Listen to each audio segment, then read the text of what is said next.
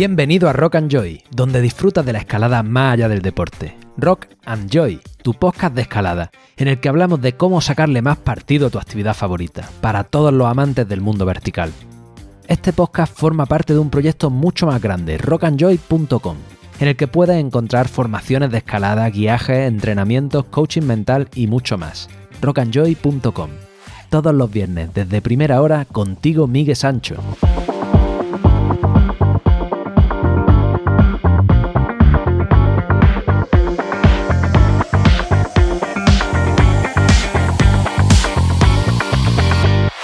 Muy buenas, te doy la bienvenida un viernes más, una semana más, a Rock and Joy. Un grito de ánimo en el momento preciso. Tu podcast de escalada. El episodio de hoy está patrocinado por Petzl. Petzl tiene sus raíces en la espeleología, en el Trou de Glace, en Alpes, donde Fernand Petzl exploraba cada fin de semana como aficionado a mediados del siglo XX, y durante la semana inventaba herramientas para facilitar sus operaciones. Como buen padre conocedor de los riesgos, Fernand no quería que su hijo hiciera espeleo, y como buen hijo sabiendo que tus padres no quieren algo, Paul lo estaba deseando.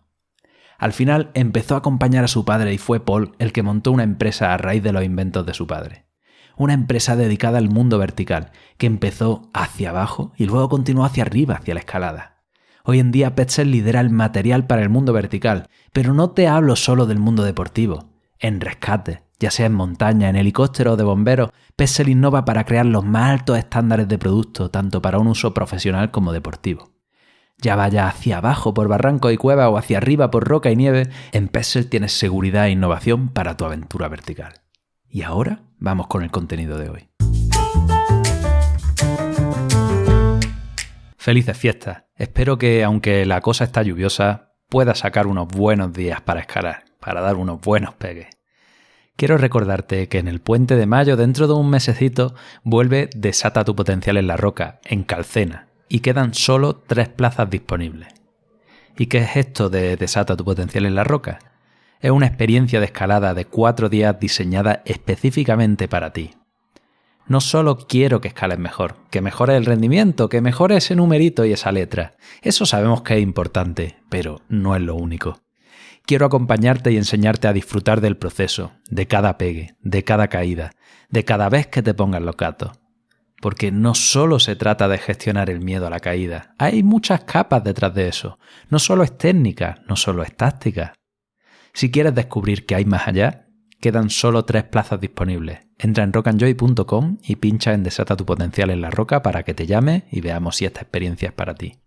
rockandjoy.com, Desata tu potencial en la roca. Y ahora rescatamos la primera charla que hice con la psicóloga Sol Yadurú, que fue súper interesante. Dentro, Sol.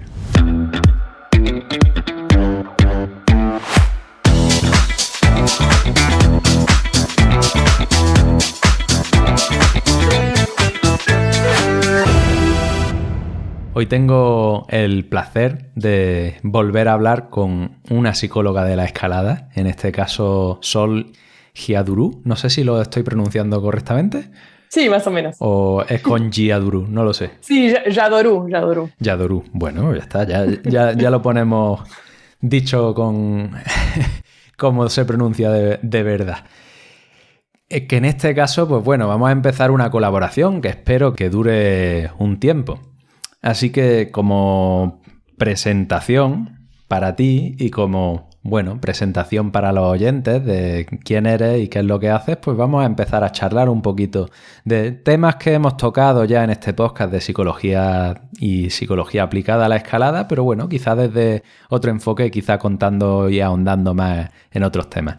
Así que nada, sin más dilación, Sol, bienvenida a Rock and Joy.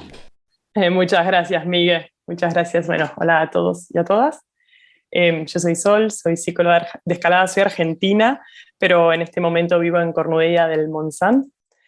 Y bueno, antes de hablar de temas específicos que hemos preparado con Miguel, me gustaría un poco contextualizar lo que es un poco este proceso para que tengan una idea, ¿no? Porque suena... Pero... Sí, antes de nada no te vas a escapar. O sea, yo te estoy haciendo una entrevista aquí, quiero que nos cuentes un poquito de ti. O sea, que... ¡Ay! Me agarraste. Bueno.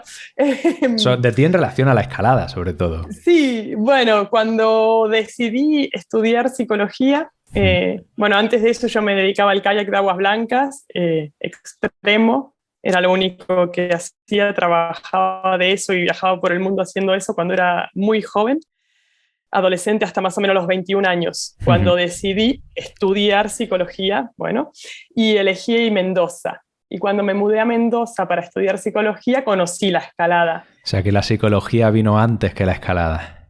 Bueno, fue al mismo tiempo, porque primero vino la decisión y me mudé en lo que son las vacaciones. Estaba por empezar el año escolar, que en Argentina empieza en marzo, y en ese verano, antes de empezar, conocí la escalada.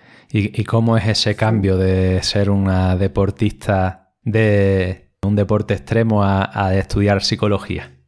Bueno, yo en verdad elegí Mendoza porque había un río también y me podía dedicar a ese deporte, pero cuando conocí la escalada, ay, no sé, empecé a priorizar la escalada y empecé de a poco a dejar de hacer kayak hasta que finalmente me quedé escalando. Yo con el kayak había alcanzado un nivel muy alto en el cual para poder seguir progresando tenía que aumentar la peligrosidad y estaba alcanzando niveles de peligrosidad muy altos.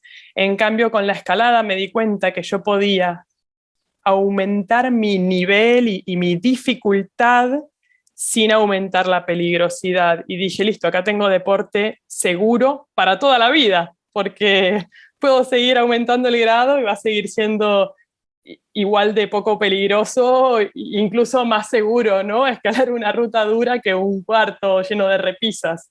Así que encontré deporte y estaba muy contenta. Entonces la relación con ese riesgo y esos miedos en el kayak desde luego que es diferente, ¿no? A la escalada deportiva, por lo menos. Sí, tampoco puedo comparar porque el kayak es un deporte que yo empecé de chica, entonces mi relación con los miedos que me producían era, bueno, era diferente. Es diferente cuando crecemos en el deporte, ¿no? Con la escalada lo aprendí, ya tenía 21 años, entonces con la mentalidad adulta. Sin embargo, los miedos en la escalada no vinieron en mi nivel de iniciación, al igual que muchísimas personas que yo veo en sesión o en mis cursos, que me dicen, no, mira, empecé a tener miedo a los 2 años, a los 3 años, quizás con la conciencia, y otras personas, no, bueno, desde el principio, ¿no? Hay muchas personas y muchas formas de relación con los miedos, y eso, bueno, vamos a hablar un poquito también después. Entonces te mudas a Mendoza y empiezas a conocer este maravilloso deporte o esta maravillosa actividad o estilo de vida y te engancha. ¿Cómo fue? ¿Cómo fue ese proceso? Yo estaba kayakeando y en ese momento yo bajaba por cataratas con el kayak y cataratas bastante grandes y era bastante adicta a esa modalidad. Conocí en un asado un chico que me dijo que se había accidentado escalando cascadas y me voló la cabeza porque primero no sabía lo que era la escalada y menos que una cascada se podía escalar, porque yo estaba obsesionada con las cascadas, pero para bajar. Me dijo, no, cascadas de hielo, cascadas de hielo. Y no podía creerlo. Y en ese momento quedé como obsesionada con las cascadas de hielo. Y le dije qué había que hacer para escalar en hielo. Y me dijo, no, bueno, Miranda, anótate en el club. Empecé a escalar en roca, me recomendó qué arnés comprarme, etcétera, etcétera. Y bueno, empecé, bueno, y al año escalé con él en hielo. Así que un poco cumplí ese sueño, pero bueno, a través de ese sueño de querer conocer la escalada en hielo, conocí la escalada y también el montañismo. Hice la escuela de guías de Mendoza, la escuela de guías de montaña. Ajá. Trabajé de guía también de montaña y de trekking y de escalada en Argentina. Y bueno, mientras iba estudiando psicología, que siempre era mi prioridad académica, la otra carrera fue más como un hobby y también siempre tenía la sensación de nunca escalar lo suficiente, entonces estaba bastante enganchada a la escalada y al montañismo, pero siempre era un poco el premio por estar estudiando y por estar haciendo bien las cosas en la carrera, ¿no? Trataba de, cada vez que llegaba diciembre, que es el final del año escolar para nosotros, rendir todas las materias, rendirlas muy bien, y me iba a hacer la temporada. El primer año me fui a Chaltén y los 4 años siguientes me fui a Concagua, donde trabajaba de porteadora, que es como Sherpa, llevaba la carga de las personas y con eso ganaba la suficiente plata para subsistir casi todo el año por la diferencia de lo que es el dólar al peso argentino, bueno, nuestra economía. Así que fue un poco eso y hasta que decidí irme al Chaltén. Y cuando terminé de estudiar psicología y que ya era psicóloga y pude dedicarme a escalar muchísimo todo lo que quería y bueno, y a trabajar de psicóloga. Pero en ese momento trabajaba de psicóloga, cualquier motivo de consulta, y de guía en el verano, en el Chaltén. Wow, qué historia más curiosa. Sol, la verdad que no es lo normal que escuchamos aquí, también porque no es lo normal que la gente de aquí en España esté en Patagonia, ¿no? Pero bueno, desde luego que es peculiar, ¿eh? Del kayak de alto rendimiento y alto riesgo a la escalada en hielo pasando por la escalada en roca y bueno, el guiaje por ahí por medio, que no es lo mismo escalar para ti mismo que guiar a alguien, ¿no? En la montaña. Sí. ¿Qué paralelismos le ibas encontrando, o si es que le ibas encontrando alguno, entre lo que estudiabas en la carrera y lo que ibas viviendo en tu aprendizaje en la escalada? Iba cambiando muchísimo porque también yo al tener 21 años, imagínate el crecimiento que iba teniendo como ser humana, ¿no? Pero al principio, por ejemplo, eso de llegar a una cumbre, esto era más del lado del montañismo, pero se puede trasladar a un grado, solo que en ese momento, como no me importaba el grado, solo ir y estar escalando, me importaba más, por ejemplo, las cumbres. No sé, durante una época estuve obsesionada con escalar el Cerro Torre. Fue una obsesión que me duró 4 años. Y decía, bueno, con la teoría del deseo, ¿no? Que el deseo es siempre deseo de otra cosa porque estamos deseando algo y en el momento que lo realizamos se traslada a otro objeto, entre comillas. Es una teoría de una corriente que a mí no me gusta, que es la psicoanalítica, pero bueno, en ese momento que lo estaba estudiando tenía que meterme mucho con ese tema para poder entenderlo y aprobar con un 10. Entonces, digamos que igual sí encontraba un paralelismo entre las cumbres y esa teoría. Después, no sé, cada teoría que iba estudiando igualmente me pasaba el fin de semana caminando por la montaña y en mi cabeza eso iba atando cabos. Lo que sí que para trabajar con personas y desde la psicología de escalada tuve que estudiar muchísimo más. No me pude quedar solamente con lo que había visto en la carrera, ni con el posgrado. Yo hice un máster en neuropsicología y bueno, un posgrado en una diplomatura en cognitivo-conductual integrativa, que es la corriente o la escuela de psicología desde la cual yo veo al mundo y trato a la gente, cognitivo-conductual integrativa.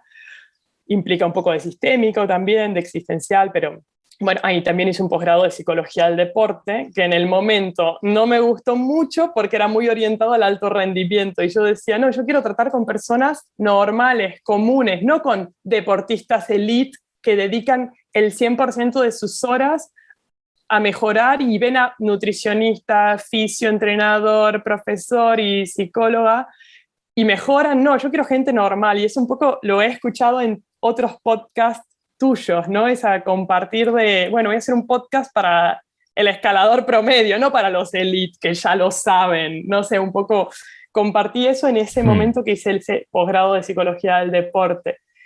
Y también que al estar más orientado, no sé, a los deportes tradicionales, sí que hay cosas que te llevas, pero hay muchas cosas que queda un poco un vacío, ¿no? Claro. Es decir, la escalada es peculiar, no tenemos patrones repetitivos como el tenis o el golf o la natación, bueno, etcétera. Son 1000 detalles que tuve que medio construirme solas gracias a las pocas pioneras que me abrieron el camino, que son, no sé, Inma Garrido o Madeleine Kramer, o bueno, hay un par más, no muchísimas, pero que han hecho podcast, que han escrito, ahora me compré un libro, y que hace varios años que se dedican a la psicología de escalada, y no fue muchísimo, pero entre la articulación de lo aprendido, lo que leí y los estudios, me lancé, y después el resto me lo dio la clínica. Las personas que se abrían ante mí me compartían sus experiencias y el trabajo que íbamos realizando en conjunto durante meses, y ahí, bueno, empecé como a aprender otras cosas buenísimas. Fantástico. Bueno, antes de seguir indagando por ahí, ¿subiste al Cerro Torre? Sí. Bueno, estuve obsesionada por mucho tiempo, pero era una obsesión como algo lejano, como algo que me llamaba mucho la atención, pero yo realmente no pensaba que yo era capaz de hacer eso. Y hubo un año que 2 catalanes fueron a Patagonia y yo no tenía con quién escalar, y uno de los proyectos de esa temporada era la supercanaleta del Fitzroy. Yo ya había subido al Fitzroy con otras 2 amigas hacía varios años, y bueno, y en ese momento no tenía con quién escalar, y ellos me invitaron a hacer la supercanaleta, y yo dije, uy, justo se me juntó la oportunidad, eran personas que ni conocía, nunca habíamos escalado juntos, pero eran tantas las ganas de subir por la supercanaleta que me fui con ellos, y me tocó hacer cordada con uno, y esto pasó hace 4 años y medio, y Ajá. desde ese momento no nos pudimos separar. Nos enamoramos y dormimos en la cumbre del Cerro Fitzroy, dormimos ahí en un bivac con nuestros otros 2 compañeros con los que habíamos ido en 2 cordadas, pero digamos complementarias, ¿no? Yo con Jaume Uh-huh. y el Capi con el John, y juntos nos organizamos. A la bajada, bueno, igual pasaban cosas, y después se mudó a mi camping y terminamos la temporada en Chaltén y viajamos para Argentina, después viajamos a Yosemite, a Indian Creek, a Perú, o sea, todos los sueños que habíamos tenido ambos durante todas nuestras vidas, dijimos, bueno, es el año de realizarlos, y durante ese año y medio nos dedicamos a cumplir sueños. Claro, después se nos acabó la pasta, normal, ya había vendido mi auto, ya había vendido todo lo que podía vender, se nos habían vaciado las cuentas, sobre todo la de él, porque la mía ya estaba bastante vacía cuando lo conocí, que es la verdad, es la verdad. Y dijimos, bueno, ¿qué hacemos? Bueno, nos vamos a Chamonix.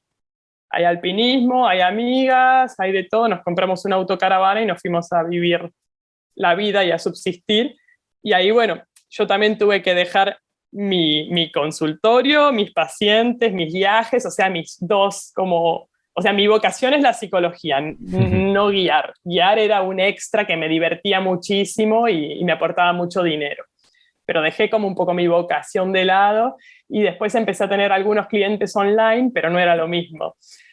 Y después, bueno, hemos currado, hemos hecho lo que quisimos, hemos viajado y todo, hasta que en un momento también fue hora de echar raíces y elegimos Cornudella del Montsant por estar tan cerca de esos sitios de escalada tan fanáticos, y bueno, un poco cerca de mis suegros también, y nos gustó mucho el lugar, y bueno, ya nos instalamos y echamos raíces ahí. Ah, bueno, y el Cerro Torre lo Eso, subí la segunda temporada, después de Perú, Yosemite, Indian Creek, etcétera. Volvimos y hicimos un par de cositas, y el Cerro Torre. joder, pues no está ni tan mal, ¿eh? Que allí No, no, cualquiera que sepa de lo que habla, pues sabe que allí puede ser muy bueno y que no tengas la oportunidad ni de subir o que No, surjan muchas cosas. depende muchísimo, muchísimo del clima, ¿sí? De la meteorología. Y nosotros tuvimos una logística muy buena, porque le habíamos hecho un intento la temporada anterior y nos había agarrado el mal clima, pero ahí nos dimos cuenta de muchos aspectos logísticos, y reformulamos el plan al año siguiente. Primero, lo que nos dimos cuenta es que era posible, es que técnicamente teníamos el nivel, y eso ya fue muchísimo, porque es como un poco la exposición al éxito de la cual habla Lev Vygotsky, ¿no? Es es el como método más eficaz para aumentar las expectativas de autoconfianza, de autoeficacia, ¿sí? Autoeficacia. Esto, hay un podcast donde María habla de esto, Sí, ¿no? sí, Pero sí. bueno, o van a escuchar el podcast o ponen en internet Lev, L-E-V corta, Lev Vygotsky, expectativas de autoeficacia, y ya pueden leer del tema, ¿no? Pero bueno, tuvimos un poco esa exposición al éxito. Técnicamente era posible, y sabiendo eso no quedó otra que entrenar todo el año, porque yo en Indian Creek salía a correr a las 6 de la mañana y después escalaba todo el día en fisuras. Y, y después la logística, saber dónde acampar, subimos con la carpa bastante alto, los horarios, eso fue, creo, nuestra mayor fortaleza. Y bueno, salió, y después de eso fue como, listo, ya cumplí este sueño, ¿ahora qué? Y bueno, a seguir soñando, ¿no? Qué bueno, qué bueno. Para mí Sí. me resulta interesante e imprescindible conocerte. O sea, tú nos vas a hablar de un montón de cosas que está bien, ¿no? Que hayas estudiado, que tengas tu título, que estés ahí en Cornudella de Montsant, pero bueno, ¿quién es esta Sol que nos está hablando? Ay, Miguel, no sabía que me ibas a preguntar de estas cosas, esto no lo había preparado. Bueno, no hay nada que preparar, ¿no? A todo el mundo le gusta hablar de su libro, ¿no? Ay, bueno, más o menos, sí, puede ser. Creo que es interesante. Sí. Así que nada, estupendo. Gracias por hacernos este pequeño resumen, porque seguro que ahí hay muchas más cosas, un montón de historias y Bueno, de aprendizaje y de anécdotas. Y ahora, si te parece, pues bueno, iba a hablarnos un poquito o un mucho del miedo en la escalada. sí, sí, sí, sí. Bueno, elegí el tema del miedo porque el 98% de la gente que me consulta es por miedo, que después podemos decir los miedos y empezar a desglosar. Hmm. Pero bueno, incluso la gente que no me consulta, muchas personas también tienen miedo en la escalada. Y esto es un poco para que lo puedan aprovechar también las personas que no van a ir a terapia por esto, porque yo sí me doy cuenta que hay muchas personas que desde ellas mismas, siendo suficientemente disciplinadas y autodidactas, pueden trabajar su miedo y desbloquearlo y trascenderlo y lograr una relación con la escalada mucho más feliz sin haber pasado por un proceso terapéutico que puede ser un proceso con una psicóloga o un curso que esté bien orientado, no un curso donde el TD2 te diga tírate, tírate, tírate, tírate 50.000 veces, sino un curso que integre, como los que hace Miguel, muchos aspectos, ¿no? Como el diálogo interno, bueno, etcétera, etcétera, etcétera. Pero otras personas, sin pasar por ninguna de estas dos experiencias y leyendo y siendo disciplinadas y anotando, eh, pueden trascender estos miedos y llega un momento que se acuerdan del miedo que tenían hace un año y se ríen y flipan de lo que han progresado. Esto es real, no es un invento, esto yo lo veo día a día en un montón de personas que me rodean, bueno, en mis pacientes obviamente que lo veo, en la gente que hace los cursos y también en gente que de solo buscar por internet, leer, escuchar videos, escuchar podcasts y aplicarlo, aplicarlo, aplicarlo, en unos meses mejoraron muchísimo. No es mentira. Totalmente. Si no, no estaríamos aquí hablando ahora mismo, vamos. Exacto, exacto, exacto. Pues vamos al origen de los tiempos. ¿Qué pasa ahí? ¿Por qué estamos hechos de esta forma? Para que nos asomemos a un tajo y salten todas las alarmas. Claro, básicamente es un mecanismo de supervivencia. De esto hay muchísima información, yo lo voy a decir en breve, pero lo pueden profundizar en todos lados porque esto no es de la escalada, es del ser humano y de los animales, claramente. Estamos programados de una manera para sobrevivir. Entonces van a saltar las alarmas como Miguel dicen, que podemos imaginar que tenemos, bueno, la amígdala en el cerebro y el sistema límbico, que son varias estructuras cerebrales encargadas de, entre otras cosas, modular nuestra respuesta emocional. Va a ser, va a encargarse de despertar o activar el sistema nervioso simpático, ¿no? La reacción de huida, de lucha, la sangre a las manos, a las piernas, la sudoración, el aumento de la frecuencia cardíaca, ¿no? La respiración entrecortada. Todo eso, bueno, ya se sabe. Y también se sabe que cuando estamos escalando, estamos en una pared. Entonces es lógico que si nos caemos, mínimo nos lastimamos y máximo nos reventamos.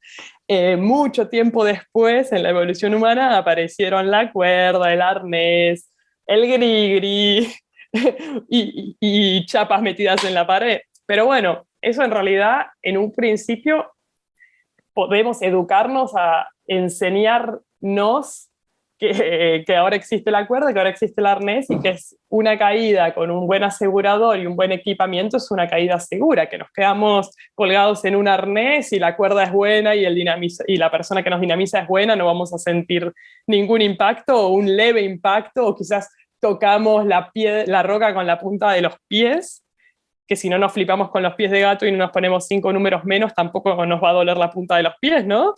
Pero eso hay que educarlo. Y yo veo que en el proceso llega un momento en que empiezan a aparecer los miedos o no. Voy a centrarme en el primer grupo, porque el segundo grupo a mí no me consulta, entonces de eso no tengo muchísima información.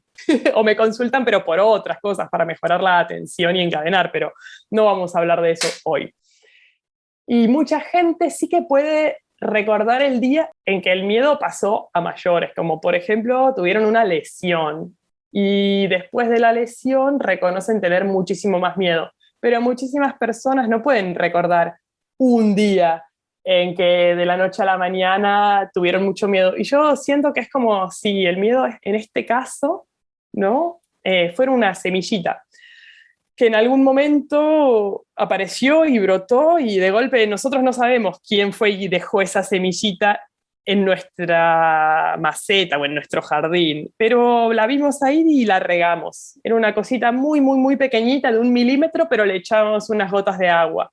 Y día a día fue creciendo y cada 2, 3 Sí, días puede que le no la echábamos... plantaran ni tú, que te la Exacto, plantaran. exacto. Entre las posibles teorías de cómo se originó ese miedo, para mí son múltiples factores, pero los factores pueden ser por aprendizaje vicario, que es como un poco el contagio emocional, que puede ser una persona que gritó y vos estabas al pie de vía y en ese grito hubo miedo y ese miedo vos lo captás porque estamos programados también para eso, ¿no? Si alguien de la tribu corre peligro, detectamos ese peligro nosotros también. Puede haber sido por eso, puede haber sido porque alguien nos contó una experiencia, puede ser que vimos a una persona volando de una mala manera. Bueno, puede ser que la persona que nos enseñó tenía miedo y al enseñarnos nos transmitió ese miedo. Puede ser que la persona que nos enseñó, no sé, nos ponía unos alargues gigantes o nos dejó 5 años escalando de top rope, lo que nos hace interpretar que es un deporte peligroso, ¿no? Porque Claro. si nos ponen durante 5 años un top rope, vamos a decir, bueno, me pone un top rope porque lo otro es peligroso y lo otro es escalar de primero. Claro, O pone y qué siempre en las pasará cintas, el día en ¿no? que no pase, ¿no? Exacto, el día que no haya las cintas puestas y tenga que poner las cintas yo, por ahí muero. Entonces, bueno, eso es un poco algo que se va armando un poco preconsciente o subconscientemente. Podríamos llegar a acceder a esa información, pero quizás no, quizás se nos escapa, no lo sabemos. Por eso digo que aparece esa planta que vos decís, quizás alguien la dejó, quizás cayó del cielo, se la trajo el viento, la puse yo sin darme cuenta, se me enganchó en la ropa, da lo mismo, pero la regué. Sí, La regué.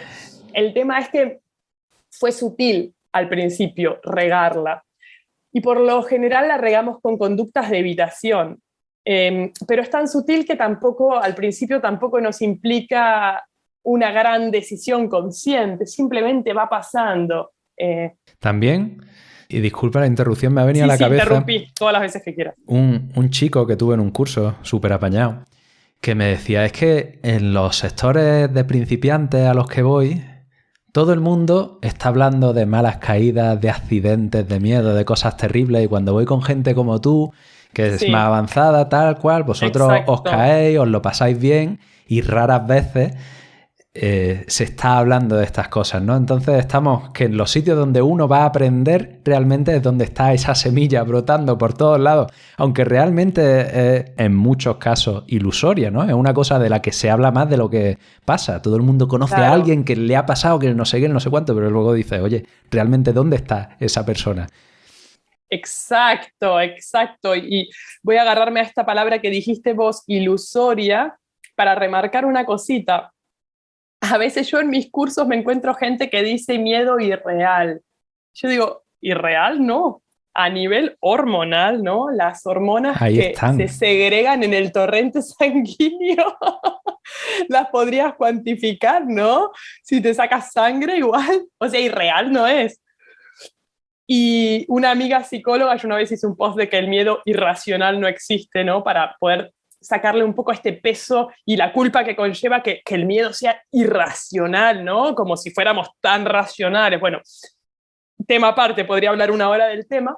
Una amiga psicóloga me dice, ¿cómo que el miedo irracional no existe? Bueno, hablando, discutimos un rato, charlando, me dice, bueno, en todo caso será inmotivado, claro, puede ser un miedo que no haya sido motivado, pero después yo me pongo a pensar en la escalada, hubo un motivo, pero claro, por ahí no nos acordamos cuál es ese motivo, que puede ser haber ido tantas veces a los sectores y escuchado esas charlas, y eso motivó Claro.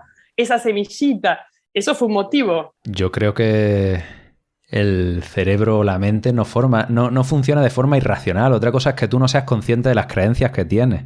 Y ahí Exacto. vengo yo siempre en la formación a desentrañar, oye, para que tú actúes de esa forma tiene que haber algo, tiene que haber una creencia que se desencadena frente a un antecedente. Y ahora, si tú traes esa creencia a la luz, puedes darte cuenta de que es una absoluta absurdez, pero si crees eso, tú actúas de una forma totalmente racional y lógica. Ahí no existe Exacto. irracionalidad, existe No, falta de no. luz sobre lo que está pasando.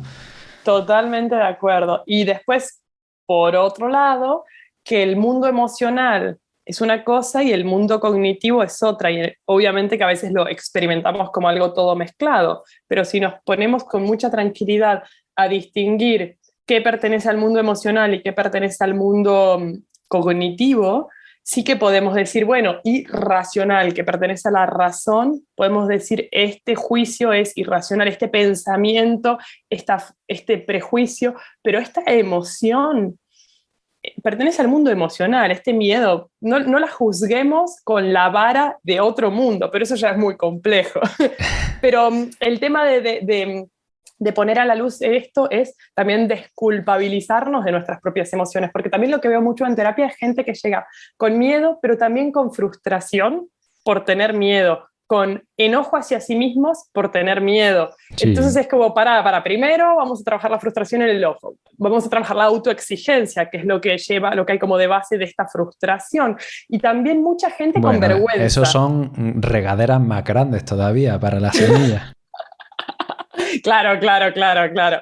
Eso es abono, regadera y abono. No, bueno, es un poco extremo lo que pasa, pero también la vergüenza nace de las personas, pero también de los comentarios que vos decís al pie de vía, ¿no? Gente que habla y comenta además sin medir las consecuencias de sus palabras, y eso a personas que son más sensibles que otras también les genera consecuencias. Y entonces al final yo creo que es un mix de cosas, que no solamente el miedo a la caída, el miedo biológico que tiene que ver con si nos caemos nos hacemos daño, como que al final termina siendo un espectro mucho más complejo de diferentes motivaciones y también de diferentes conductas que refuerzan esas motivaciones.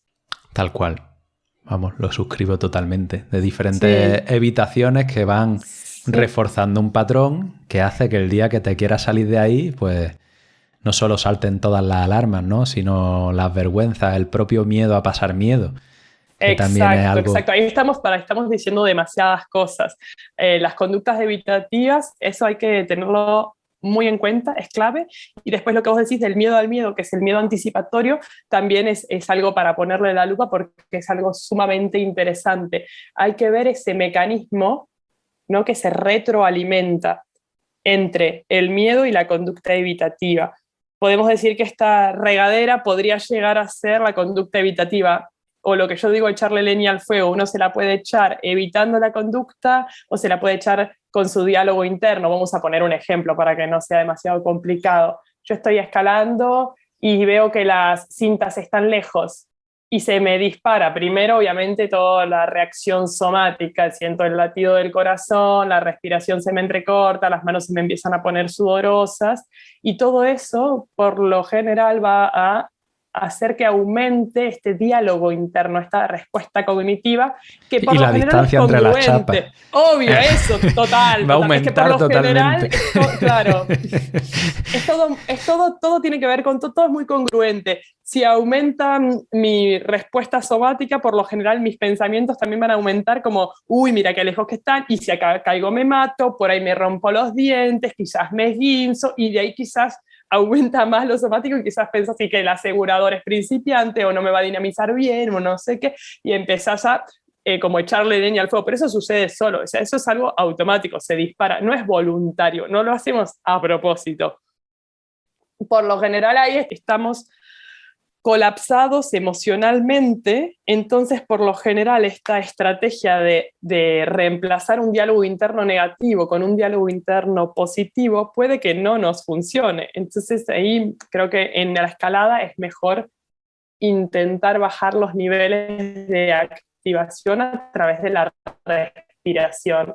Creo que esa es la clave. Y respirar profundo, diafragmático. Hay mucha recomendación de respirar lento, pero creo que en ese momento de colapso, gracias que podemos acordarnos de respirar profundo, y poco a poco vamos a poder practicar respirar más lento.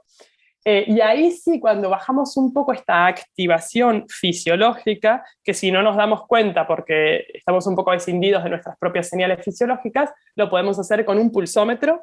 Y si no nos queremos comprar el pulsómetro y conectarlo al móvil y todo, que es un rollo, yo lo que recomiendo, nos ponemos la mano en el corazón y sentimos cómo baja la frecuencia cardíaca hasta un punto donde nuestro pensamiento puede transformarse o nosotros podemos implementar los reemplazos de diálogo del negativo hacia el positivo, ¿no? Reemplazar este diálogo interno que aparece, que es negativo, por uno más constructivo, y por lo general yo pido que las personas lo anoten antes, no que traten de en el momento inventarse un diálogo positivo, sino ya tenerlo anotado. Miguel tiene algo que es un guión que les da desde el principio, ¿no? Sí, sí, pero el guión no es tanto como para cambiar el autodiálogo, que eso es otra cosa que trato de forma diferente, sino que es un guión de autorregulación. Precisamente esto que estás hablando. Entonces, ¿cómo hacemos esta autorregulación? Pues sí, la respiración es uno de los pasos, ¿no? Pero lo que te doy es unas pautas rígidas, ortopédicas, para que tú las aprendas y las refuerces y eso pueda llegar a automatizarse. Y esas pautas te hacen trabajar. O sea, yo creo, ya luego corrígeme tú, que no podemos pensar dos cosas a la vez. O sea, podemos ser muy buenos pasando de una tarea a otra, ¿no? Podemos ser muy buenos pasando de una emoción a otra, pero Vos no... estás hablando de la teoría de la atención focalizada y la atención alternante o fluctuante. No me sé exactamente la teoría, pero lo que te digo, si yo te doy una pauta de sitios en los que tú tienes que poner la atención, esa atención no se va a ir hacia otros sitios, ¿no? Entonces, ¿en qué consiste este guión que yo enseño en los cursos y que practicamos? Pues en llegar a un punto en el que uno sea capaz de hacer una autorregulación y ejecutarla de la forma más precisa que nos ayuda a escalar. Entonces, primero, intentamos relajar, poner nuestra atención en la respiración y simplemente solo en eso. O sea, hemos chapado, estamos ahí, entonces, para. Y ahora, la primera parte sería esa. Vamos a intentar bajar la activación con la respiración. Bien. Y ahora, cuando lo hemos conseguido, vamos a intentar mirar hacia alrededor a ver si había cosas que no habías visto, porque seguro que las hay, ¿no? Que están ahí. Vamos a mirar las manchitas blancas, las manchitas negras. Vamos a mirar cuál es el siguiente sitio donde yo voy a poder hacer esto mismo. Y vamos a poner nuestra atención en lo que va de aquí a allí, porque luego lo otro es otra vía. Y lo volveremos a repetir, ¿no? Y una vez que tengamos esto, vamos a realizar desde esta calma una estrategia para pasar de aquí a allí. Y una vez que tengamos esta estrategia, vamos a pensar, ¿qué coño pasaría si yo me caigo de aquí a ahí? Pero lo vamos a pensar desde esta bajada del nivel de activación. No lo vamos a pensar desde estoy aquí, me voy a matar. No, no. O sea, desde aquí, desde la calma. Estoy al ladito de las chapas. Estoy en un canto bueno. Estoy en unos pies buenos. ¿Qué pasa si yo me caigo de aquí a aquí? Oye, si tú consideras que si te caes de ahí hay un problema y no tienes ganas de enfrentarte a eso, está fantástico. Desde la calma has tomado una decisión. Oye, bicho, pilla y nos vamos. Hay otras vías. Claro. No pasa nada.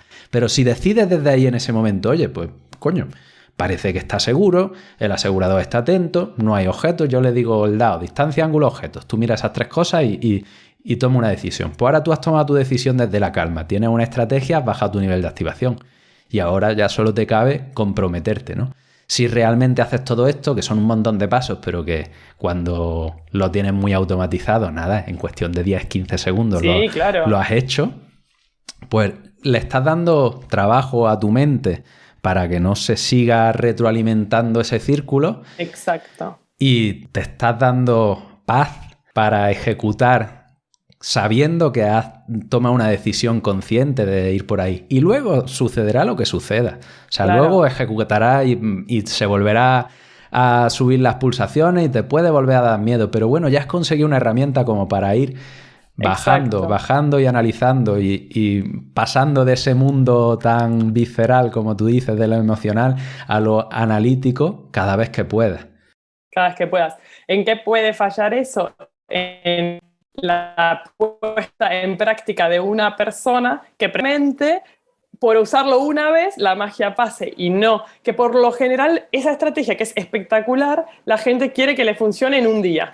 ¿No? No sé si a vos en tus cursos, bueno, es que en el curso es diferente porque la gente ya dice, bueno, voy a estar estos 5 días conmigo, entonces vos vas a guiar cómo la persona va a incluir esa práctica en su cotidianidad. Sí. Pero en general la gente hay gente que le funciona a la primera y es magia. Sí. Esa yo lo he visto, pero no, no es lo que pasa. Esas cosas, pero es la minoría. Exactamente, sí. La mayoría lo van poniendo en práctica y cada vez les sale mejor. Y hay unos pocos que tenían un atasco y que si tocas en el punto mágico y que tú no lo sabes, tú dices, yo te doy la herramienta, pero de repente ya tenía unos tornillos de estrella y tú le has dado el destornillador y haces plom.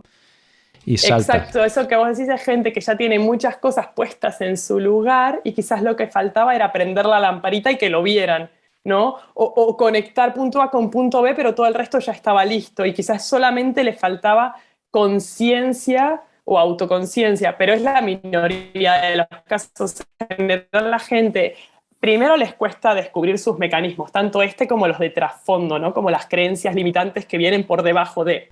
Después, cuando descubren estas creencias limitantes y además estos mecanismos o hábitos o conductas evitativas que los mantienen haciendo siempre los mismos loops, después toca desarticularlos y ahí mucha gente es donde se estanca porque creen que por haberse dado cuenta ya tendrían que cambiar el hábito, la conducta, las emociones, todo, y al desarticularlos implica tener un plan estratégico de acción y después prueba resultado y sostenerlo en el tiempo, y sostenerlo en el tiempo implica esa paciencia, porque me imagino que después de un curso de 5 días donde ya hay pautas claras y ya se ve el camino, después la gente igual tiene que ir a la roca y mantenerlo en el tiempo, no es magia, aunque obviamente con un curso intensivo de 5 días es un buen empujón inicial para cualquier tipo de proceso.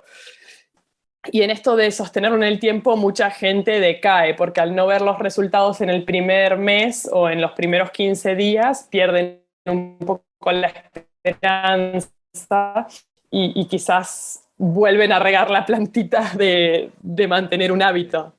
Bueno, lo que estamos hablando ahora es tener un yo auxiliar. Si una persona está ahí, se preocupa por ti, te escucha, bueno, además de que que somos profesionales y nos dedicamos a esto, el hecho de tener a otra persona ahí pendiente hace que cumplas los ejercicios pero si uno lo hace desde la autodisciplina y es muy meticuloso y practica, también funciona. Es un poco como cuando uno se hace un entrenamiento planificado a sí mismo o te lo hace otra persona. Cuando te lo hace otra persona, lo haces por el deber hacia la otra persona y por tener que dar ese feedback. Y cuando te lo haces a ti mismo, por más de que esté bien hecho, es más fácil cuando estés muy cansado, has trabajado mucho, lo que sea, escaquearte, modificártelo, zafar. Claro, bueno, el compromiso externo y el compromiso económico hacen un mundo.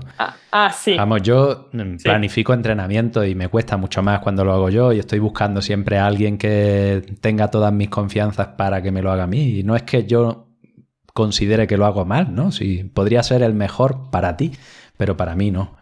Exacto. Pero esto en todos los aspectos de la vida, ¿no? Supongo que no te harás terapia psicológica a ti misma, ¿no? Habrá puntos en los que tú no quieras llegar. No, yo tengo mi terapeuta argentina y cuando necesito le escribo un WhatsApp y hacemos sesiones online y es mi terapeuta hace muchísimo tiempo, desde cuando vivía en Argentina iba a su casa y gracias al internet puedo hacer mis sesiones online y me ayuda muchísimo, muchísimo. ¡Ey! ¿Aún no conoces Climbskin? Sus productos son uno de mis grandes aliados para la escalada. Un kit que no puede faltar en mi mochila. Porque si dedico tiempo y esfuerzo en prepararme, en entrenar, comer bien y descansar mejor para ir a darlo todo en los proyectos, lo último que quiero es que la piel suponga un freno en mi escalada. Y es ahí donde entra Climbskin. Tienen un non-stop kit Welcome Pack, súper fanático, con crema regeneradora para la piel, gel de silicio orgánico para descargar la musculatura, el increíble esparadrapo que es lo mejor que he probado jamás, en serio, con un corta uñas preciso, una lija de madera y un fingercillo. Y todo esto envuelto en un neceser resistente súper chulo que siempre tengo en la mochila. Una pasada para llevar contigo a todas partes que tienen de oferta en la web y que además, por ser oyente de Rock and Joy, te puede llevar aún más barato, introduciendo el código JOY, J-O-Y en mayúscula, en el checkout de su web. No te olvides, climbskin.com, climb de escalada y skin de piel, tú juntito.com, y el código JOY, J-O-Y, en mayúscula. Totalmente, pues eso pienso yo también. Y en este caso, pues está claro que no solo el hecho de tener una persona alrededor, sino en el hecho de las formaciones, ¿no? Pues tienes un grupo, te has comprometido, estás en un lugar seguro, tienes un grupo de gente que está ahí a piñón con lo mismo, ¿no? Y es intensivo, estás todo el día volcado en ese tema, pues evidentemente es mucho más sencillo. Ahora luego hay que llegar a casa y seguir trabajando en esa dirección, porque si no, pues bueno, en este caso hemos plantado una semilla o un buen retoño, pero toca seguir. Sí, Sí, y después, bueno, técnicas, hay mil y muchísimas son buenísimas. Yo en mi Instagram 2 veces, intento que sean 2 veces por semana de subir algo, alguna técnica, alguna reflexión, algo teórico, lo que sea, para que la gente igual solo escuchando los videos y poniéndolo en práctica pueda ir avanzando. A mí me gusta que la gente me comente. Y también es muy lindo saber que no estamos solas y solos y que a muchísima gente le pasa lo mismo. Bueno, yo creo que sería Sí. importante pensar que todo el mundo por defecto tiene que trabajar con estos miedos, de alguna forma o de otra, pero todos tenemos que Mm. trabajar con esto. O sea que lo normal es tenerlo. Pues nada, Sol, después de esta pausa involuntaria provocada por las deficiencias tecnológicas, vamos a entrar en este tema de, vale, hemos estado hablando un poco de este miedo evolutivo a la altura, a la exposición, a una verticalidad, a que haya un riesgo real de caernos y hacernos daño, que, bueno, lo tenemos en nuestro ADN, nosotros y los animales, ¿no? Pero ¿qué pasa cuando ese miedo no está en el presente, no está en lo que estamos hablando, sino es ese miedo futuro, es ese... Yo abro la guía de escalada y miro al sitio al que voy a ir mañana. O yo estaba tan tranquilo en mi casa y me ha llamado mi colega, muy motivado, diciendo, ¡guau, vamos a ir a este sitio! Y mientras él está muy motivado, yo estoy diciéndome cada vez más pequeñito, uy, por Dios, que mañana voy a escalar, que en ese sitio las vías son con romo, o que tienen desplome y a mí no, o no he ido nunca y no sé qué. Y ya estás teniendo miedo a algo que ni siquiera está ahí, ¿no? ¿Qué es este miedo? Exacto, exacto. Yo siempre que hay un miedo con componentes de futuro, menciono la palabra ansiedad, ¿no? O miedo anticipatorio, si se quiere. Yo creo que la ansiedad está como generada por el miedo, pero no necesariamente es el miedo en sí mismo, aunque la sintomatología fisiológica es muy parecida o la misma. Pero vean que lo cognitivo empieza ese diálogo del cual ya habíamos hablado antes y, y realmente no solo me empiezo a sentir a nivel de palpitación y todo, sino eso que vos decís, me hago pequeñito, me agarra quizás un nudo en el estómago, en la garganta, quizás ganas de ir al baño, ¿no? Y empiezan a pasar cosas a nivel futuro, que eso también es posible tomar conciencia, detectar, ver cómo es el mecanismo que se activa y modificarlo. Si modificarlo, yo creo que en ese caso es igual, es a través de primero la respiración, también se puede modificar la postura corporal. Postura corporal sirve bastante, yo creo que en la ruta escalando es un poco difícil porque son los movimientos que uno puede hacer, pero al pie de vía o en la casa sí que puede aprovechar a tener una postura corporal que le diga al cerebro que está todo bien. Sería, por ejemplo, con la espalda recta, con los hombros hacia atrás, pueden hacer círculos con los hombros para colocarse en esa postura y con la expresión facial.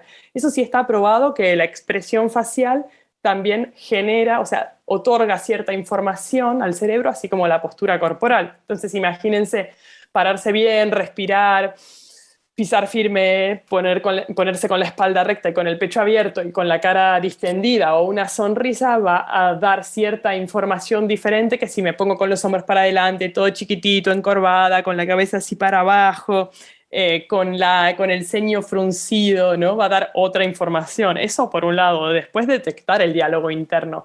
¿Qué me estoy diciendo? ¿Qué hay de base? Y bueno, un poco esto de trabajar la creencia de base y al mismo tiempo aplicar técnicas concretas como esta de la respiración o los reemplazos del diálogo interno o el guión que vos nos mencionaste. Todas estas estrategias son súper útiles, pero podemos estar mucho tiempo aplicando estrategias y tener las mismas creencias de base, que son creencias con respecto al éxito. Claro. Sí. Claro, o sea, hay que trabajar de forma conjunta en Sí, ambos.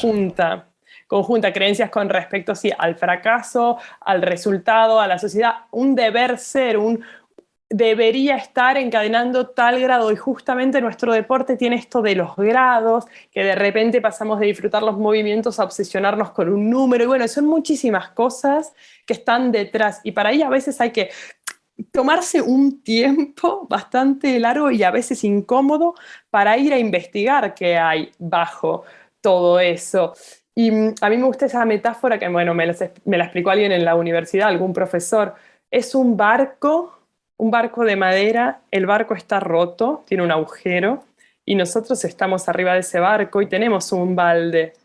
Y podemos sacar el agua que va entrando con ese balde, o podemos tapar el agujero, pero tenemos que hacer las dos cosas. Tenemos que tapar el agujero y además sacar el agua, y tenemos que organizarnos, ¿no? Porque si igual no seguimos sacando el agua, no nos da tiempo a tapar el agujero, y si lo tapamos pero no sacamos el agua, bueno, que igual tenemos que organizarnos a decir, voy a investigar mi creencia de base, pero también voy a empezar a respirar y a aplicar estas técnicas para vivir el presente, o cualquier técnica de mindfulness les puede servir.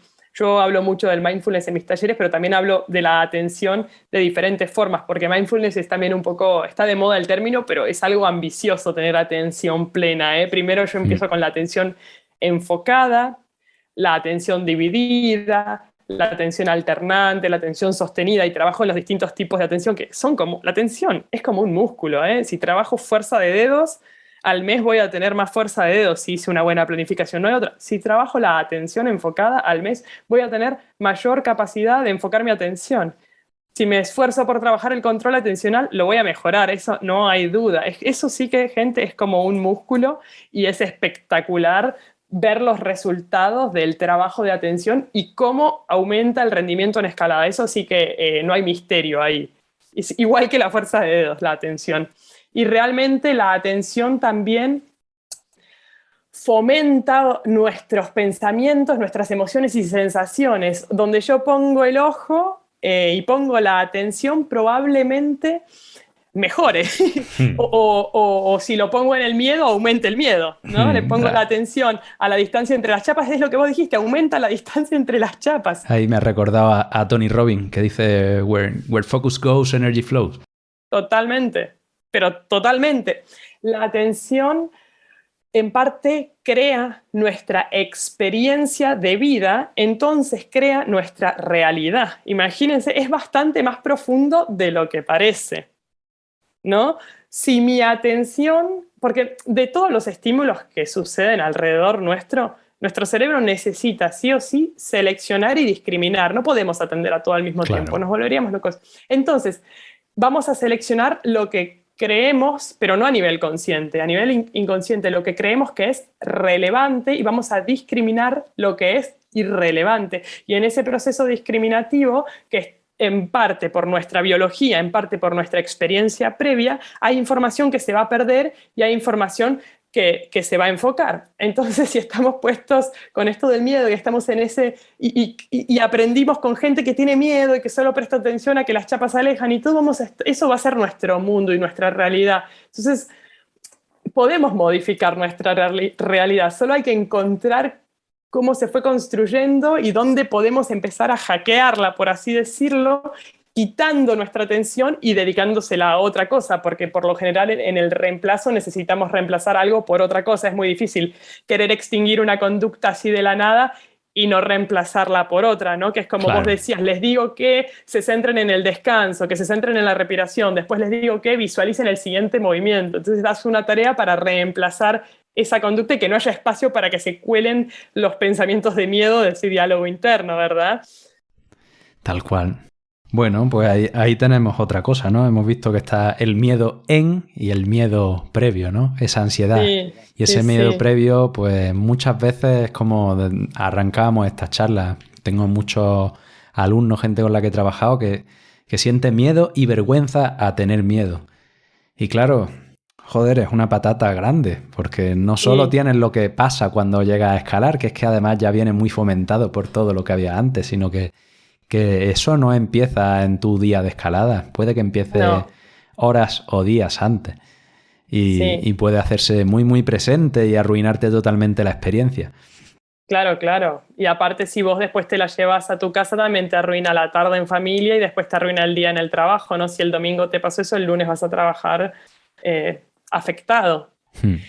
Y también, si estamos afectados, probablemente estemos en este mismo círculo y ya observemos, o nuestra atención esté como teñida por esta especie de cosmovisión. Ya si se vuelve algo, digamos, transversal a nuestra vida, probablemente cueste mucho salir de eso. ¿Por qué? Porque vamos a querer buscar o crear la nueva experiencia basándonos en lo que ya tenemos, y si lo que ya tenemos son estos sentimientos o de vergüenza, o de tristeza, o de culpa, o de miedo, de lo que sea, probablemente la experiencia del futuro sea de esa manera, confirme su identidad, ¿no? No va a Claro. suceder mágicamente de la nada tener una transformación, pero podemos fomentarla con todos estos ejercicios y con nuestra conciencia, y también estar enfocados en lo que sí queremos. Porque si en verdad queremos tener una experiencia feliz con la escalada, vamos a tener que intentar crearla desde la imaginación. Bueno, una imaginación a nivel global, ¿no? A nivel incluyendo el sentimiento, las emociones, todo. Enfocarnos en eso y sostenerlo, y también direccionar nuestras acciones hacia ese objetivo. A veces decimos, no, mi objetivo es escalar 6 a más. Pero bueno, tu objetivo psicológico de escalada, ¿cómo es? ¿Cómo querés fluir? ¿Cómo querés que sea tu respiración? ¿Cómo te querés sentir escalando? ¿Cómo querés lidiar con un miedo cuando este miedo aparezca, ¿no? Porque también es imposible pensar que van a desaparecer por siempre y para siempre. Probablemente disminuya la frecuencia de aparición, pero en algún momento uno vuelve a tener un poco de miedo, pero ya tenés herramientas para lidiar con ese miedo. Y poder imaginar y recrear mentalmente este estado psicológico óptimo es muy útil.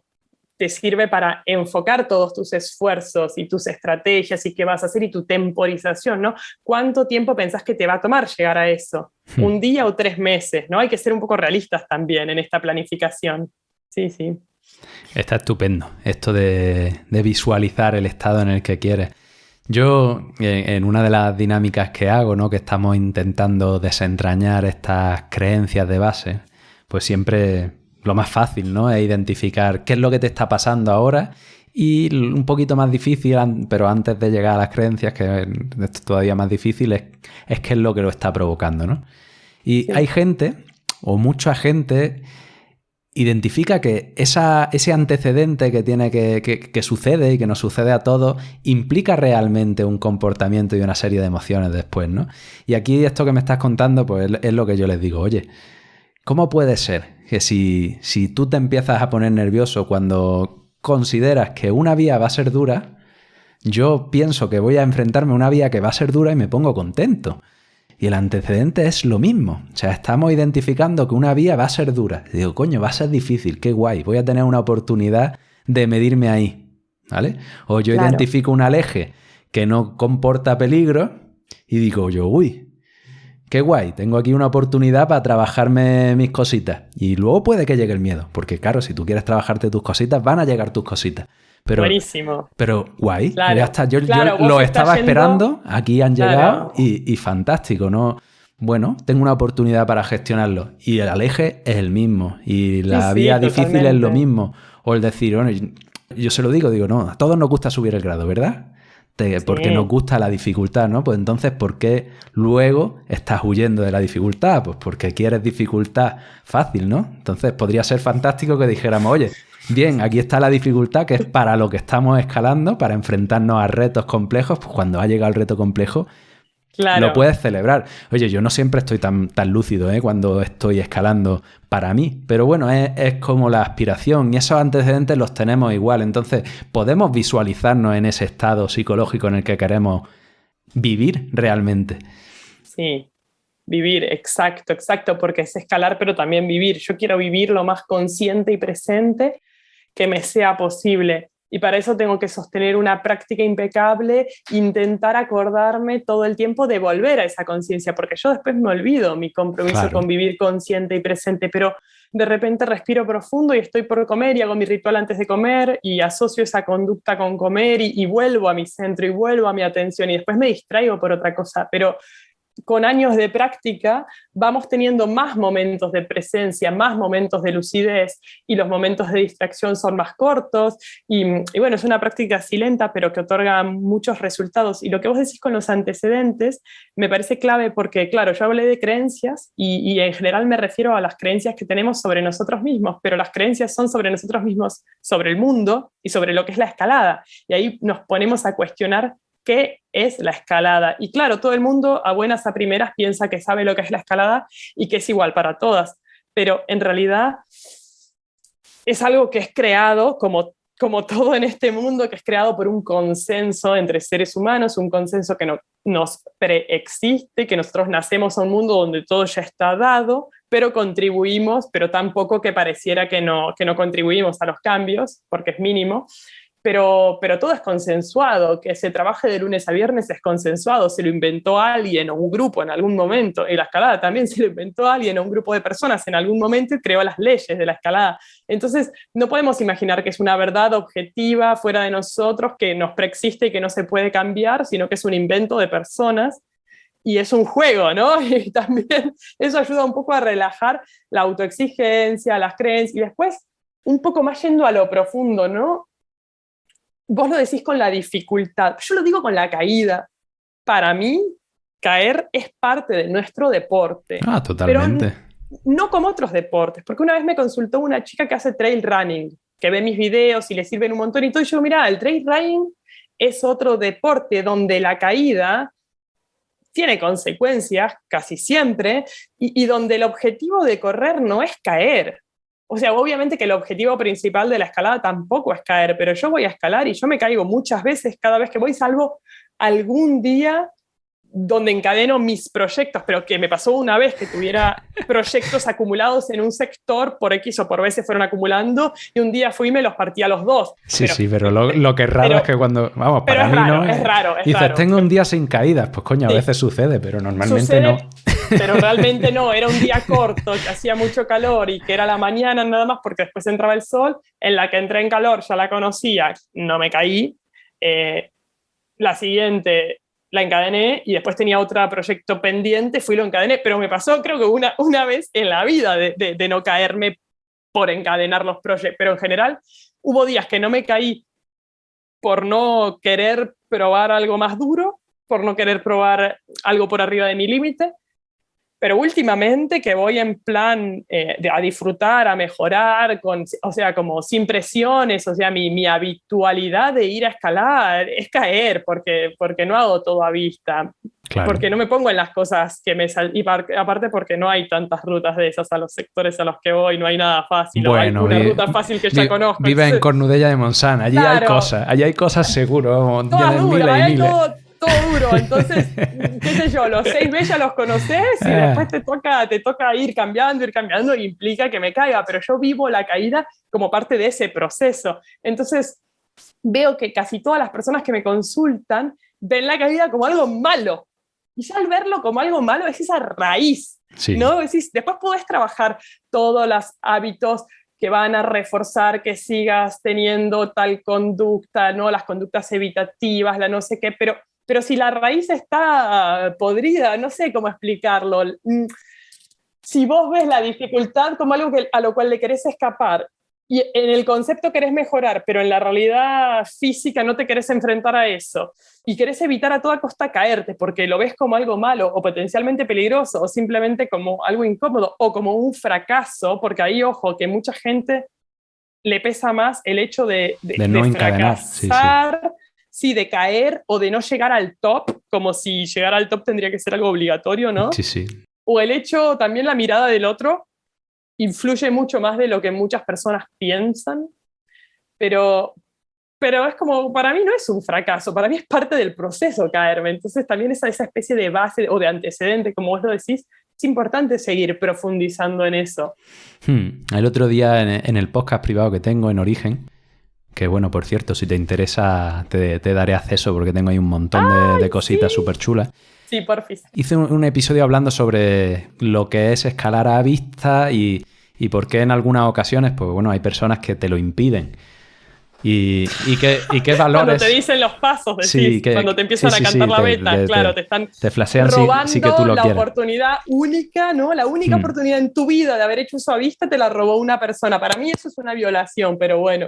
Para mí también, es otro tema. Es otro tema, pero lo quería relacionar porque hay unos valores de base que hacen que esto ocurra, que son los mismos valores de base que estamos hablando. O sea, si tu valor en la escalada es el top, o llegar al top sin esfuerzo, o encadenar, y eso es lo único, realmente, pues entonces, claro, todo vale. O sea, dime la beta, escaquéate los pasos, haz torros, lo que tú quieras. O sea, evita por todos los medios posibles enfrentarte a eso que te va a hacer mejorar en la escalada. Pero si tu valor como escalador es, primero, disfrutar, pasártelo bien, pero vía quiero esforzarme y quiero mejorar. O sea, si tú quieres mejorar, entonces el llegar al top por todos los medios da absolutamente igual. Incluso el encadenar esta vía, este proyecto, por muy personal que sea, da absolutamente igual. Pues yo llevo un año intentando sacar un 8A más, que ahora mismo pues no está saliendo, aunque ha estado muy, muy cerquita en ocasiones. Pero yo no aspiro a hacer 8A más. A mí me la sopla, yo aspiro a hacer 9A. Me da igual que llegue algún día o no, ¿no? Pero, o sea, si eso lo veo como bueno, una parte de lo que hay en mi camino como escalador.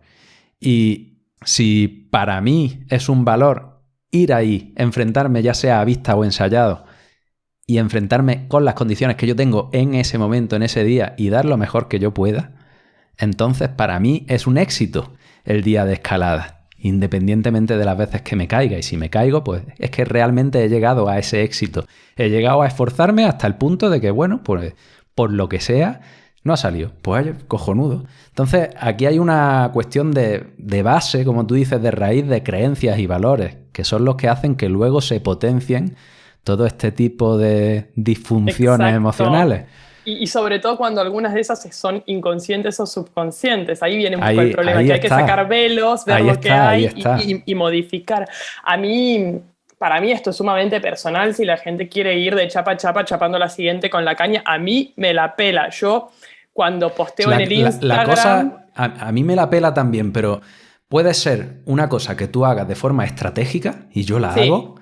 Sí. O puede ser tu único recurso para evitar enfrentarte a lo que te va a hacer mejorar. Y entonces te digo, amigo, ahí tienes un problema. Claro, pero bueno, yo cuando posteo en el Instagram sobre el palo clipador o todo, lo hago, bueno, también para generar un poco de polémica, pero lo hago para las personas que se van a ver beneficiadas porque están usando el palo clipador como conducta evitativa, lo que a la larga le genera malestar psicológico. O el caso del top rope. Hay gente que puede ir durante 20 años a hacer top rope en 6A y pasársela fenomenal. Para esa gente no va dedicado mi Instagram y mi contenido, porque esa gente ya es feliz. Entonces, porque hay gente que me discute que estoy demonizando el top rope. No estoy demonizando el top rope. Yo hasta a veces tengo clientes que les recomiendo para soltarse un poco, hacer algunas, o probar primero en top rope para poder bajar un poco la ansiedad y no ofrecer un estímulo súper ansiógeno de golpe y saltearse 1000 etapas en un proceso. Pero lo recomiendo al top rope como parte de un proceso. Pero mucha gente, gracias al top rope por mucho tiempo, presentan un malestar psicológico y una dependencia muy grande. Entonces, por eso escribo del top rope, del palo clipador, de la gente que te pone alargues o de la gente que te dice la beta durante toda tu vida y no desarrollaste la capacidad abstracta de ver tomas e imaginar pasos, porque eso es como las matemáticas. Es otra cosa, no se desarrolla con los músculos, sino con la anticipación, que es una función cognitiva. Entonces, escribo sobre esas cosas. Claramente hay gente que no le gusta escuchar esas cosas y después hay otros que no los necesitan, que bueno, no sé para qué las leen ni las ven, porque no le hacen falta. Generalmente, pero hay gente que sí. El que no lo necesita le da igual y el que no le gusta es porque algo le ha picado. Suele ser así. Vale. Bueno, pero también va un poco apuntado a estas personas que sin conciencia le meten como sus ideas en la cabeza a las otras personas. Yo por lo general a las personas que veo en consulta son estas otras personas que por lo general no es por ponerme sexista ni no es simplemente estadístico de mi experiencia. Tengo más mujeres que escalan por ahí en pareja, con parejas que escalan más fuerte, donde las parejas que escalan más fuerte no les dejan usar el palo clipador. O dicen, ay, si mis compañeros ven que traigo un palo clipador se van a burlar de mí. O cosas muy... prejuicios que ya son muy trogloditas, que está como, bueno, no estamos en la época de las cavernas. Pero ese palo es un recurso. No lo veo sexista por tu parte, o sea, es una realidad. Lo que es sexista es lo que está pasando. Claro, por lo general, si hay alguien de la pareja que le dice la beta a la otra persona... Suele ser el chico a la chica.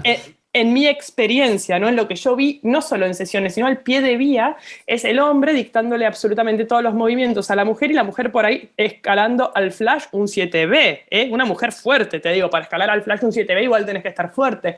Pero esa persona es la persona que después viene a terapia porque no tiene ni idea cuando no tiene al otro diciéndole los pasos y genera una dependencia muy grande. Y después sí genera problemas que son dignos de consulta terapéutica. Entonces por eso yo expongo estos casos, porque lo veo en sesiones y lo veo al pie de vía y lo veo en los cursos, pero no por demonizar el top rope, ni el palo, ni todos los recursos, ni las estrategias. Es más, yo al palo clipador a veces lo recomiendo a gente que durante 5 años escala quinto, porque piensa que si se mete en un 6A y no llega al top, va a tener que abandonar. No, va a abandonar material. Y en Argentina el material es caro y es difícil de conseguir. Entonces, si todo tu grupo de amigas escalan todas quinto por un montón de años porque ninguna quiere perder 2 cintas, decís, bueno, existe un palo clipador que si no llegas al top, podés desequipar la vía con total seguridad, yendo de chapa a chapa. Pero también a veces vas a los sectores y ves gente montándosela todas las rutas así con el palo y después encadenando al segundo pegue, que está buenísimo también porque es su forma. Pero bueno. Sí, pero bueno, aquí volvemos a hablar de lo mismo. O sea, ¿es una cuestión estratégica y táctica o es una cuestión de que es tu único recurso? Exacto. O bueno, por ahí es un recurso que en un momento te sirve para avanzar al siguiente paso, pero después también puedas transformar ese recurso en, bueno, me dejo una larga y después puedas transformar ese recurso en me dejo una cinta normal y después digas, voy a poner yo las cintas, ¿no? Como de repente es parte de un proceso. Que llega al solo integral. Bueno, no, qué miedo. No, eso sí que no. Eso sí que no. Yo no soy del equipo. Yo elijo tampoco. la escalada porque dentro de los deportes que a mí me gustan, yo creo que la escalada deportiva es de lo más seguro que hay. Tal cual. Esa es mi visión de las cosas. Creo que es sumamente seguro.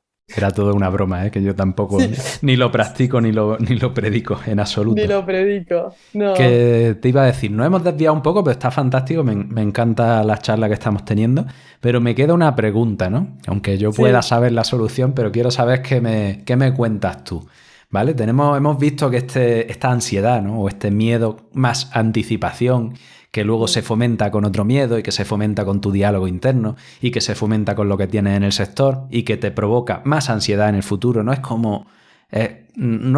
Es un círculo vicioso. Sí, claro. ¿Cómo? ¿Por dónde rompemos? ¿Por dónde empezamos a romper este círculo? Mira, si te sucede en la roca, yo propongo la respiración, cuando ya estás ahí in situ en el momento. Pero de repente, si te sucede en tu casa, para mí, con la conciencia, porque probablemente no estés del todo consciente cuando empieza. Ese es el tema, cuando te pasa así de manera sutil y que va montando muy de a poco. O sea, en la roca puede ser que en el principio no te des cuenta, pero entre el principio y que el corazón se te sale del pecho, quizás pasan pocos segundos, sí. ¿no?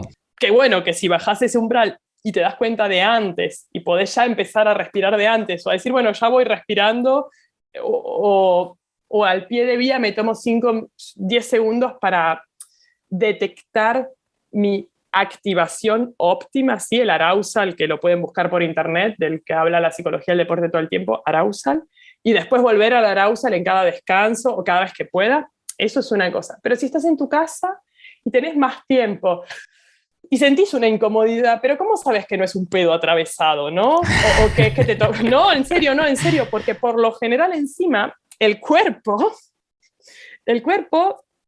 tiene sensaciones que están vinculadas, ligadas a la emoción, y la emoción está ligada al pensamiento como un engranaje, y sí, muchas veces sentimos malestar emocional que encima fomentan ideas negativas, vas al baño, haces lo que tenés que hacer y las ideas desaparecieron, nunca les pasó, y lo emocional volvió a la normalidad, o mucha hambre y están de mal humor por el hambre, nunca les pasó, pues sí, o quizás te tomaste 3 cafés y estás así tope alterado y eso te levanta la ansiedad muchísimo y también tuvo que ver con el café, todo eso para apuntarlo, porque hay evidencia totalmente. Y todo está conectado, y de repente puede ser al revés, que haya algo de anticipación que se fue al futuro y que de repente vos estás sentado en el sillón de tu casa, pero una parte tuya está en 2 regletas sobadas con pies patinosos, con un aleje de 3 metros, y te está generando un malestar anticipatorio tremendo. Es decir, bueno, ahí, ¿por dónde empiezo? Yo creo que ahí por la conciencia. Después de la conciencia de lo que está pasando, ver cómo modificar, y ahí sí, ya nos podríamos animar a modificar, a empezar a investigar qué es la raíz, ¿no? ¿Qué creencia está de base? mucha gente, yo le pregunto, ¿y qué es lo que te da miedo? Caer. Pero de caer, ¿qué es? Romperme contra la pared. Entonces hay una creencia de base que es hacerse daño. Otras Sí, personas me pero hablan del material. todos tienen una creencia diferente. Eso es lo interesante. Yo esa dinámica Sí, la hago también, ¿no? Bueno, hay gente que es el asegurador, otros que es sí. directamente una muerte directa, otros que el material va a partir. Sí, el material. En fin, cada uno es eso, pues Otros es al malestar emocional, ¿no? A asustarme. sí, otras tienen niños y dicen, guau, es que si me lesiono, ahora quién va Ya, sí. a proveer, ¿no? Sí, cada uno en Sí, sí, realidad nos sí. pensamos que todo es igual, pero nuestras creencias son distintas. O sea, Claro, nuestra locura exacto. es total y absolutamente particular. Exacto, y compleja, y real, porque va a generar todo el desencadenamiento de otras emociones y etcétera. Y entonces yo creo que ahí cada persona es autoconciencia, autoobservación y meterse, tomarse ese tiempo para investigar y decir, mira, me pasa esto. Una forma linda y bastante usada en psicología cognitiva, conductual en general, no solo del deporte, es una planilla de autorregistro. Nosotros los cognitivos somos fanáticos de estas planillas y hay muchas formas de planillas, si se ponen a buscar en internet van a ver mil. Yo uso una donde escribo situación, ansiedad cognitiva, ansiedad somática, conducta, consecuencia y reemplazos, que después se la puedo pasar en PDF a amiga y se la piden por Instagram y él les pasa el link, o bueno, ya podemos, o a mí Sí, por sí. mi Instagram. Entonces ahí cada vez esto es disciplina pura, pero da resultados. Anotan la situación que puede ser en casa lavándome los dientes o antes de cenar, pensando en el sector que va a ser mañana, o poniendo el material, ¿no? Armando el material o manejando en el auto. Ansiedad cognitiva. Voy a ir a un sector donde las vías se alejan. Cognitiva, pensamiento. Ansiedad somática. La respiración es más superficial, más corta, y me empezaron a sudar las manos.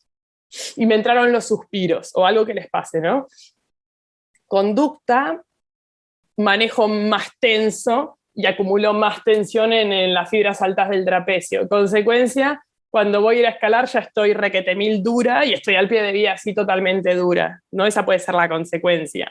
¿Cómo podría reemplazarlo? Con una técnica de relajación muscular. Eso sería un reemplazo somático al cuerpo. ¿Y cómo podría tener un reemplazo cognitivo? Diciéndome que voy a empezar por una vía fácil, que voy a hacer una buena entrada en calor, cualquier frase que yo encuentre que me sirva para reemplazar esa frase que aparece en mi cabeza como ansiedad cognitiva. Y eso todo está anotado. Y después, ¿qué hay que hacer? Cuando aparece la respuesta, aplicar el reemplazo, siempre previa respiración, siempre acompañado de ese trabajo de qué creencia hay de base, ¿no? Creo que ninguna técnica por sí sola, si no queremos hacer así un cambio un poco de vida y de hábito, es difícil dejar todo igual y no querer cambiar nosotros y aplicar una técnica. Es también estar un poco abiertos y abiertas al cambio. Es que tú eres la persona que escala, no escala otro. No te pones en el pellejo de otra persona para escalar, no, el loco escala y el cuerdo pues va a su vida, ¿no? Permíteme que sea así de burro hablando, ¿no? Pues si tú tienes, bueno, Claro. una serie de patrones de lidiar con el estrés y la ansiedad, pues serán los que tú tengas en tu vida. Bueno, la gente que no escala tiene ansiedad por otras cosas. Por eso digo, pero para el colegio de los niños. Claro, la escalada es un marco fantástico en el que se te ponen muchas cosas de manifiesto de una forma relativamente rápida y segura. Rápida, segura y evidente y sí, contundente, porque a veces todos estos mecanismos los tenemos, pero en el día a día nos podemos escaquear más fácil, vienen como de manera más sutil, claro, temas personales, familiares, sociales, no sé qué, laborales, pero en la escalada como está frente a frente y es algo, digamos, inofensivo, ¿no? Porque no voy a perder mi trabajo, ni voy a arruinar una relación de pareja. Bueno, depende, porque bueno, eso es otro tema. Bueno, cualquiera que nos escuche seguro que lo ha vivido. Otro tema. En persona o por terceros, vamos.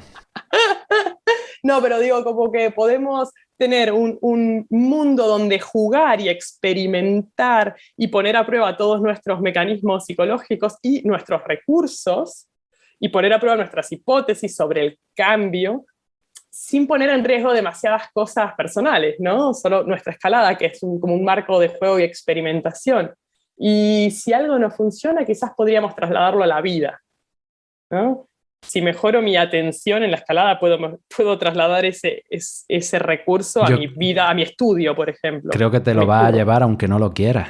Sí, totalmente. Somos un ser humano, no somos dos seres humanos diferentes, ¿no? Ahora soy la escaladora y ahora soy el resto de las cosas. Bueno, Sol, pues me parece como introducción, aunque quizás ha sido desordenada en la forma en la que lo estamos presentando, pero creo que es muy interesante.